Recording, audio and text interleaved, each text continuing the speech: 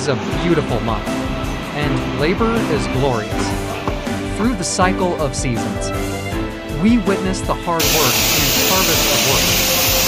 Today is the 134th International Labor Day, and Conra pays tribute to the dedicated workers who silently work hard, the guardians who stick to their positions, and the dream chasers who tirelessly pursue their goals.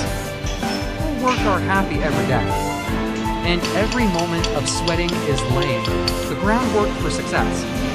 The hard-working Conra people who forge ahead are portraying their wishes as reality every day, and their dreams shine in the real world like sunshine. They are composing labor hymns with sweat and wisdom throughout the cycle of seasons, interpreting responsibility with their hands, carrying quality with their shoulders, reflecting the beauty of labor and the power of struggle. They are burning with the passion of struggle, writing the brilliance of struggle. They are showcasing and spreading the spirit of Conra, striving for excellence in humble positions, and constantly striving towards corporate goals and personal values. It is the struggle of the workers that ignites the vitality of upward development in the world.